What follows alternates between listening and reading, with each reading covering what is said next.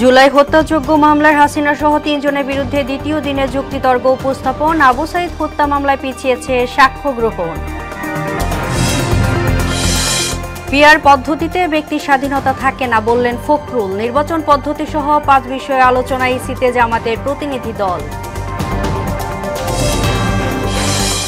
চাকসু নির্বাচনের প্রচারণা শেষ হচ্ছে আজ। ক্যাম্পাস চষে বেড়াচ্ছে প্রার্থীরা। রাকসু সুষ্ঠু ভোট আয়োজনে তৎপর প্রশাসন। এবং গাজায় হামাস ইসরায়েল বন্দি বিনিময় শুরু। তেল আবিবের কাছে ৭ জিম্মি হস্তান্তর। নিজ ভূমিতে ফিরলেন ৫ লক্ষাধিক ফিলিস্তিনি।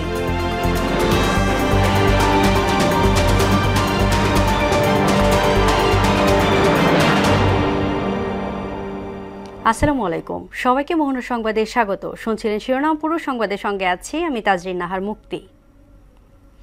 বাংলাদেশের তরুণ কৃষি উদ্যোক্তা সহ খাদ্য প্রক্রিয়াজাতকারীদের সহায়তায় সামাজিক ব্যবসা তহবিল গঠনের জন্য আন্তর্জাতিক কৃষি উন্নয়ন তহবিলের প্রতি আহ্বান জানিয়েছে প্রধান উপদেষ্টা অধ্যাপক মোহাম্মদ ইউনূস। ইতালির রোমে বিশ্ব খাদ্য ফোরামের সাইডলাইনে কৃষি উন্নয়ন তহবিল ইফাদের প্রেসিডেন্ট আলভারো লারিওর সঙ্গে এক বৈঠকে তিনি এই প্রস্তাব দেন। বৈঠকে দুই নেতা বাংলাদেশে গভীর সমুদ্রে মৎস্য আহরণ, আম ও কাঁঠালের রপ্তানি বাড়ানো এবং দুগ্ধজাত পণ্য উৎপাদনে খামারিদের সহায়তা সহ বিভিন্ন কৌশলগত বিষয় নিয়ে আলোচনা করেন। জুলাই আগস্টে সংঘটিত মানবতা বিরোধী অপরাধ মামলায় ক্ষমতাচ্যুত প্রধানমন্ত্রী শেখ হাসিনার মামলায় দ্বিতীয় দিনে যুক্তিতর্ক উপস্থাপন চলছে। আন্তর্জাতিক অপরাধ ট্রাইব্যুনাল ১-এ রাষ্ট্রপক্ষ তাদের যুক্তি তুলে ধরেছে। সকালে মামলার একমাত্র গ্রেফতার আসামি ও রাজসাক্ষী চৌধুরী আবদুল্লাহ আল মামুনকে ট্রাইব্যুনালে আনা হয়। এর আগে প্রথম দিনের যুক্তিতর্ক উপস্থাপন করেন চিফ প্রসিকিউটর তাজুল ইসলাম।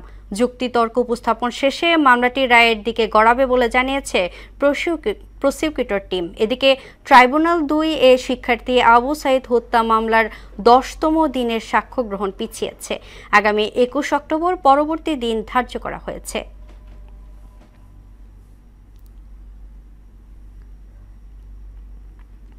দর্শক, এই বিষয়ে আরও জানাতে আন্তর্জাতিক অপরাধ ট্রাইব্যুনাল থেকে যুক্ত হচ্ছেন সহকর্মী মেজবা রহমান।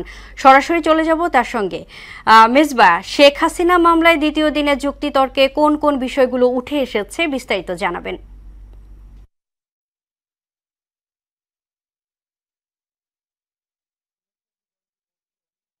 অপরাধ মামলায় শেখ হাসিনা সহ সাবেক স্বরাষ্ট্রমন্ত্রী আসাদুজ্জামান খান কামাল এবং সাবেক আইজিপি আবদুল্লাহ আল মামুন, এই মোট ৩ জনের বিরুদ্ধে যে মামলা চলছে ট্রাইব্যুনাল ১-এ, সেই মামলার যুক্তিতর্ক উপস্থাপনের দ্বিতীয় দিন আজকে হচ্ছে। গতকাল প্রথম দিন ছিল, আজকে দ্বিতীয় দিন। বিচারপতি গোলাম মুর্তজার নেতৃত্বাধীন বিচারিক প্যানেল যে বিষয়টি আসলে পরিচালনা করছেন, এখানে চিফ প্রসিকিউটর তাজুল ইসলাম বেশ কিছু বিষয় আলোকপাত করেছেন, গতকালও করেছেন। আজকে তিনি যে বিষয়গুলো আলোকপাত করেছেন তার কিছু বিষয় আমি আপনাকে তুলে ধরছি। যেখানে বিগত ১৫ বছরে শেখ হাসিনা তার ক্ষমতায় থাকাকালীন সময় যে গুম, খুন, হত্যা করেছেন সেই বিষয়গুলো আলোকপাত করেছে। যেখানে শহীদ আবরার ফাহাদের মৃত্যুর বিষয়ে, বুয়েটের শিক্ষার্থী শহীদ আবরার ফাহাদের মৃত্যুর বিষয় তুলে এসেছে। এছাড়াও জাতীয় পার্টিকে নির্বাচনে আনতে ভারত যে সরাসরি প্রেশার প্রয়োগ করেছে, অর্থাৎ বাংলাদেশের ভূ রাজনৈতিক বিষয়ে ভারতের সরাসরি হস্তক্ষেপ, সেই বিষয়টিও এখানে আলোকপাত হয়েছে। এছাড়া শেখ হাসিনা জুলাই আন্দোলনের সময় লাশ গুমের যে নির্দেশ দিয়েছেন, সরাসরি গুলির আদেশ দিয়েছিলেন, সেই বিষয়টি আলোকপাত হয়েছে। এছাড়াও তার আওয়ামী লীগের সাবেক সাধারণ সম্পাদক ওবায়দুল কাদের যে হত্যার নির্দেশ দিয়েছিলেন সেই বিষয়টি তুলে ধরা হয়েছে। এছাড়াও শেখ হাসিনা শুরুতে যে ক্ষমতা গ্রহণ করেছিলেন, তার ক্ষমতা গ্রহণের ২ মাসের মধ্যে সেনাবাহিনীকে দুর্বল করতে বিডিআর হত্যাকাণ্ডের মধ্যে ঘটনা ঘটেছে এবং সেখানে ৫০-এর অধিক সেনাবাহিনী নিহত হয়েছেন। সেই বিষয়টিও কিন্তু চিফ প্রসিকিউটর তাজুল ইসলাম তুলে ধরেছেন। এবং আরেকটি বিষয় তিনি তুলে ধরেছেন, অর্থাৎ গত ২৮ দিনে মামলার যে ৫৪ জন সাক্ষী ছিলেন, অর্থাৎ মামলার মূল তদন্ত কর্মকর্তা মোহাম্মদ আলমগীরের সাক্ষীর মধ্য দিয়ে কিন্তু মামলার সাক্ষ্য গ্রহণ শেষ হয়। সেই সেই পর্যন্তই কিন্তু যতগুলো সাক্ষীর তিনি একটি সামারি তুলে ধরছেন। অর্থাৎ আরেকটি বিষয় তিনি জানিয়েছেন, জুলাই আন্দোলনে প্রায় যে 1400 শহীদ এবং 20,000-এর বেশি যে আহত হয়েছে, সেই আহতদের পরিবারের পক্ষ থেকে যেসব বয়ান নেওয়া হয়েছে, সাক্ষীদের কাছ থেকে সাক্ষ্য গ্রহণ, সেই বিষয়ে কিন্তু আলোকপাত করেছেন। এবং এই মুহূর্তে আমাদের কাছে তথ্য রয়েছে মামলার মূল তদন্ত কর্মকর্তা মোহাম্মদ আলমগীর, তিনি যে এবং মামলা বিশেষ তদন্ত কর্মকর্তা তানভীর জোহা যে রিপোর্ট দিয়েছেন, সেই রিপোর্টে আলোকপাত করা হচ্ছে। এছাড়াও ট্রাইব্যুনাল 2-এর বিষয়ে যদি আমি আপনাকে একটু বলি, রংপুরের শিক্ষার্থী আবু সাইদ হত্যা মামলা 10ম দিনের সাক্ষ্য গ্রহণ ছিল আজ। সেই আসামিরা উপস্থিত ছিলেন, তবে সেটি অনিবার্য কারণবশত পিছিয়েছে এবং আগামী অক্টোবর 21 তারিখে সেই সাক্ষ্য গ্রহণের দিন, আগামী দিন ধার্য করা হয়েছে। আমার কাছে এই ছিল ট্রাইব্যুনাল থেকে সবশেষ। এবং আরেকটু আপনাকে জানিয়ে রাখি, সেই সঙ্গেই রাষ্ট্রপক্ষের সাক্ষ্য গ্রহণ শেষে কিন্তু শেখ হাসিনার পক্ষে যিনি রয়েছেন, তিনি কিন্তু তার জেরার সুযোগ পাবেন। মুক্তি, ধন্যবাদ মেজবা আপনাকে। পিআর পদ্ধতি দেশের জনগণের কাছে পরিচিত নয়, এতে ব্যক্তি স্বাধীনতাও খর্ব হয় বলে অভিযোগ করলেন বিএনপির মহাসচিব মির্জা ফখরুল ইসলাম আলমগীর। এছাড়া সংস্কারের দ্বিমতে বিষয়গুলো নির্বাচিত সংসদের উপর ছেড়ে দেওয়ার আহ্বান জানান তিনি। দুপুরে গুলশানের চেয়ারপারসন অফিসে বাংলাদেশ খ্রিস্টান ফোরামের নেতাদের সঙ্গে মতবিনিময় সভায় এ কথা বলেন তিনি। এ সময় বিএনপি ক্ষমতায় গেলে 1.5 বছরের মধ্যে 1 কোটি লোকের কাজের সুযোগ সৃষ্টি করা হবে বলে জানান বিএনপি মহাসচিব মির্জা ফখরুল ইসলাম আলমগীর। 1971 সালে যে জন্য আমরা যুদ্ধ করেছিলাম, স্বাধীনতার যুদ্ধ, আমাদের সম্পূর্ণ আলাদা একটা পরিচিতি, আইডেন্টিটি। সেই আইডেন্টিটিকে, বাংলাদেশি হিসেবে আমাদের যে আইডেন্টিটি, সেই আইডেন্টিটিকে ভুলিয়ে দিয়ে নতুন করে কতগুলো চিন্তা ভাবনার সামনে নিয়ে আসার প্রচেষ্টা চালানো, এটা আমাদের বাংলাদেশের জন্য মঙ্গলজনক নয়। নির্বাচন পদ্ধতি, লেভেল প্লেইং ফিল্ড এবং গণভোট সহ 5টি বিষয় আলোচনার জন্য আগারগাঁওয়ের নির্বাচন ভবনে গেছেন বাংলাদেশ জামাতে ইসলামীর একটি প্রতিনিধি দল। সেখানে প্রধান নির্বাচন কমিশনার এএমএম নাসির উদ্দিনের সঙ্গে বৈঠকে বসেন তারা। সাম্প্রতিক সময়ে নির্বাচন পদ্ধতি, বিশেষ করে পিআর নিয়ে রাজনৈতিক অঙ্গনে চলছে নানা আলোচনা। এছাড়া গণভোট ইস্যুতে ভিন্ন অবস্থান বড় রাজনৈতিক দলে। এই বিষয়গুলোর প্রাধান্য পাবে সিসিএ ও জামাতের আলোচনায়।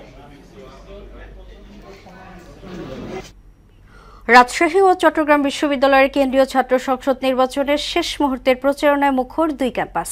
চাকসু নির্বাচনের প্রচারণা শেষ হচ্ছে আজ। প্রার্থীদের কাছে নিজেদের প্রতিশ্রুতি তুলে ধরছেন প্রার্থীরা। আর রাকসু নির্বাচনে ভোট গ্রহণ প্রক্রিয়া নিয়ে পোলিং অফিসার, এজেন্ট ও প্রার্থীদের জন্য বিশেষ কর্মশালার আয়োজন করা হয়। নির্বাচন কমিশনাররা জানিয়েছে, 43টি পদে পছন্দের প্রার্থী তালিকা বা ব্যালট নাম্বার চিরকুটে লিখে আনতে পারবেন ভোটাররা।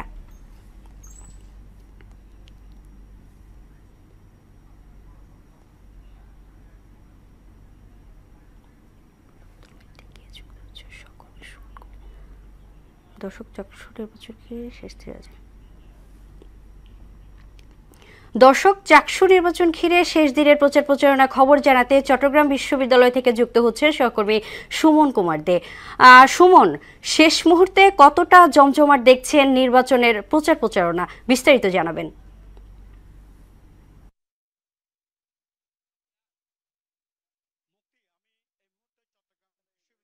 আমরা দেখছি প্রচারণা শুধু প্রত্যেকে কিন্তু উৎসব মুখর পরিবেশে এই প্রচারণা চালিয়ে যাচ্ছেন প্রার্থীরা এবং যারা ভোটার রয়েছে। আপনাকে বলি, 28,000 প্রায় শিক্ষার্থী এই আগামী 25 দিন অর্থাৎ 15 অক্টোবর ভোটে দেবেন। ইতিমধ্যে এই প্রশাসনের পক্ষ থেকে কিন্তু সব ধরনের প্রস্তুতি গ্রহণ করা হয়েছে। আইন শৃঙ্খলা রক্ষাকারী বাহিনী সহ বিভিন্ন বিশ্ববিদ্যালয়ে যারা নিরাপত্তা বাহিনী রয়েছে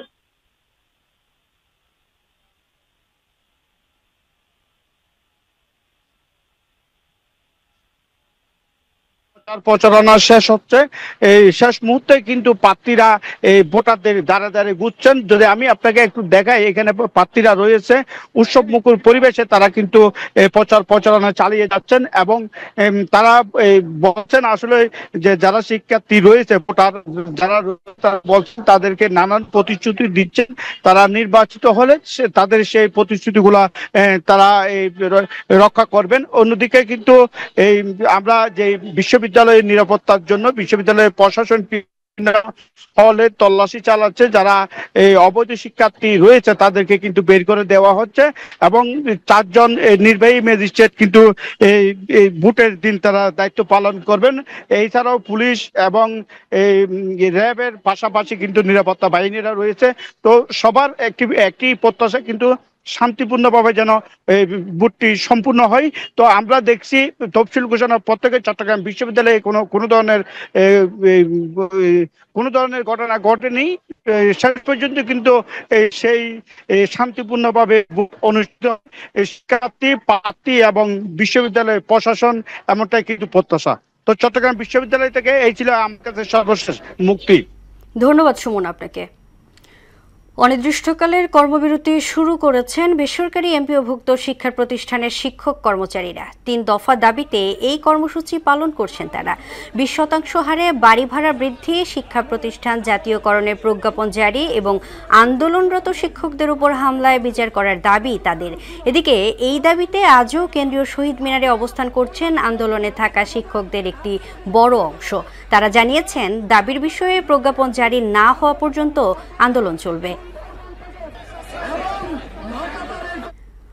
বরগুনার পাথরঘাটায় হু হু করে বাড়ছে ডেঙ্গু রোগীর সংখ্যা। প্রতিদিনই প্রাণঘাতী এই ভাইরাসে আক্রান্ত হচ্ছেন নতুন নতুন রোগী, বাড়ছে মৃতের সংখ্যাও।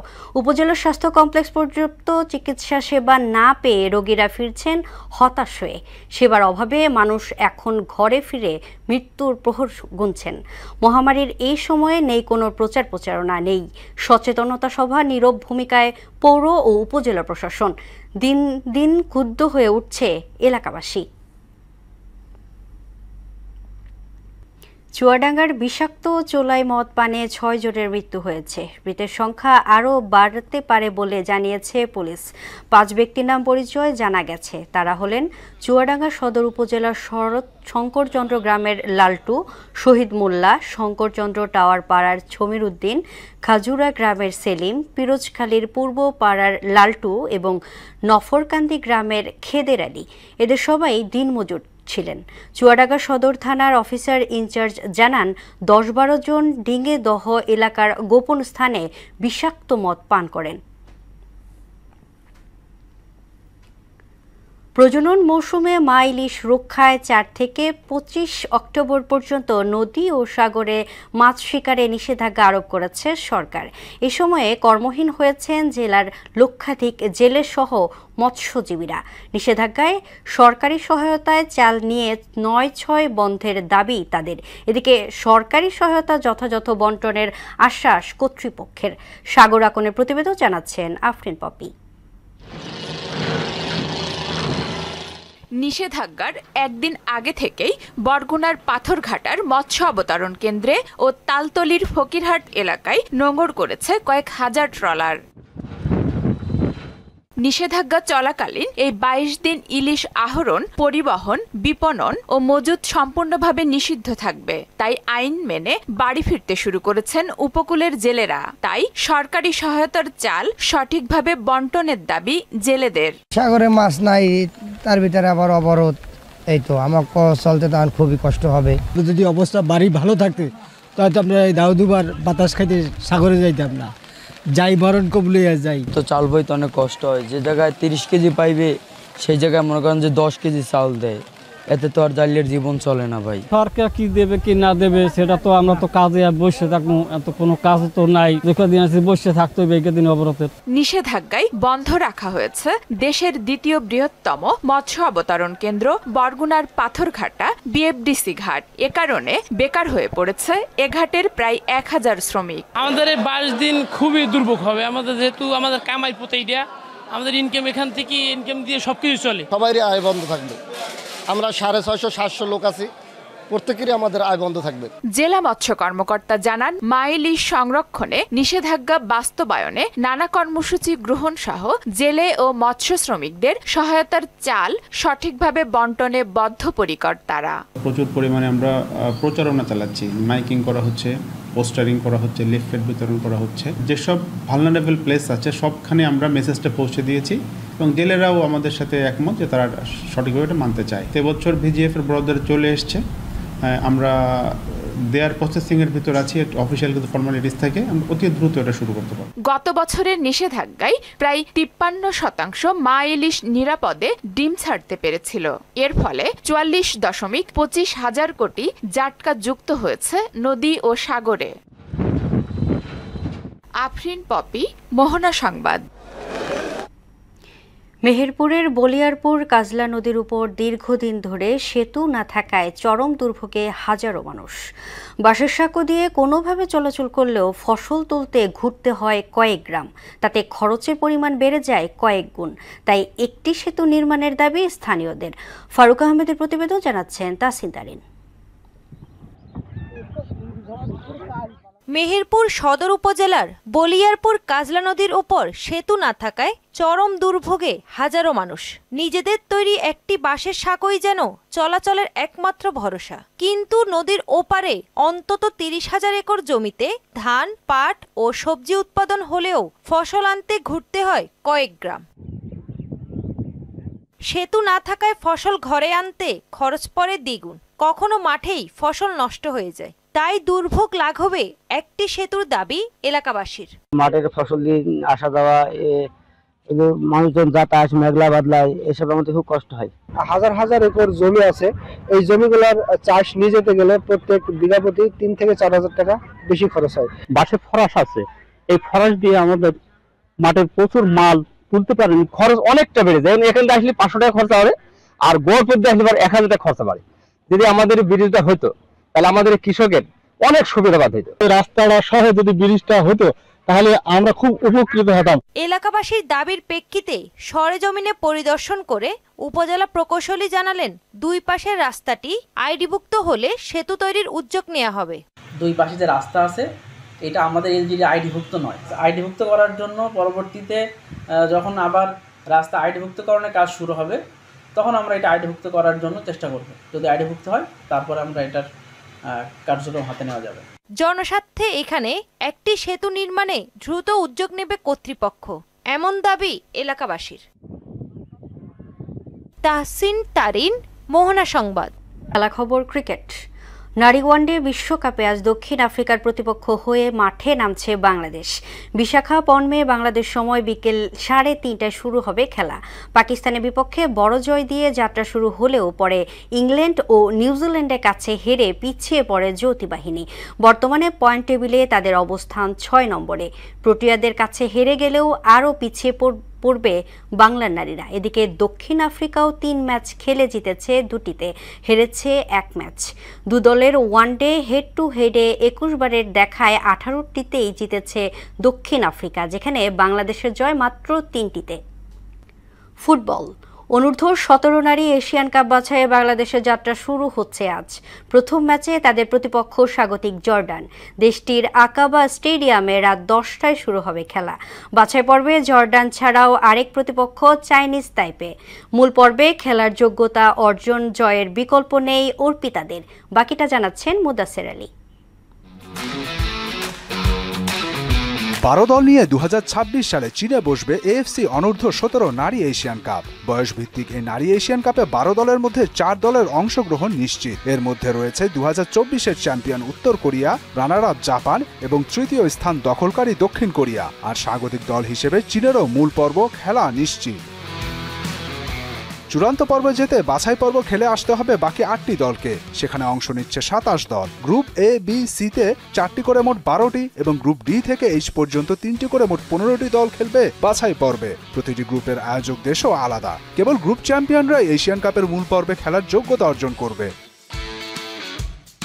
বাংলাদেশ রয়েছে এইচ গ্রুপে, যার আয়োজক জর্ডান। প্রথম দিনেই স্বাগতিকদের মুখোমুখি হবে অর্পিতারা। শক্তি সামর্থ্যে বাংলাদেশের চেয়ে এগিয়ে জর্ডান। বাছাই পর্বের এইচ গ্রুপে বাংলাদেশের আরেক প্রতিপক্ষ চাইনিজ তাইপে। এশিয়ান কাপ বাছাইয়ের আগে দুবাইয়ের মাঠে 2 প্রীতি ম্যাচ খেলেছে সাইফুল বাড়ি টিটুর শিষ্যরা। একটি সংযুক্ত আরব আমিরাত এবং অন্যটি সিরিয়ার বিপক্ষে। দুটিতেই জয় পায় তারা, ফলে অনেকটাই আত্মবিশ্বাসী অর্পিতারা। এর আগে বাছাই পর্ব পেরিয়ে এশিয়ান কাপের মূল পর্বে খেলার যোগ্যতা অর্জন করে ইতিহাস গড়ে সিনিয়র ও অনূর্ধ্ব-20 নারী দল। এবার যদি অনূর্ধ্ব-17 দল বাছাই পর্ব পেরোতে পারে তাহলে তা হবে নারী ফুটবলের আরেকটি মাইল ফলক। মুদাসসির আলী, মোহনা সংবাদ। শেষ করব মোহনা সংবাদ, যাবার আগে শিরোনামগুলো দেখে নিচ্ছি আরও একবার।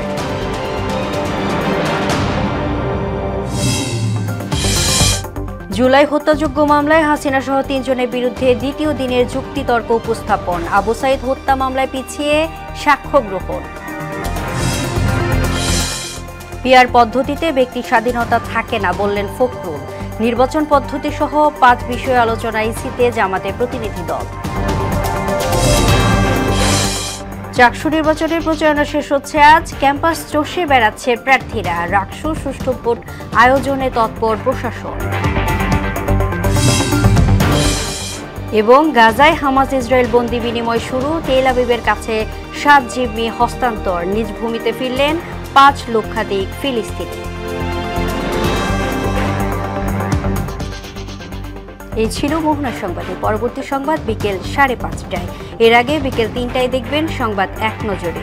মোহনার সবশেষ খবর জানতে ভিজিট করুন www.mohana.tv। সংবাদ দেখতে পারেন ফেসবুক ও ইউটিউবেও। এতক্ষণ সঙ্গে থাকার জন্য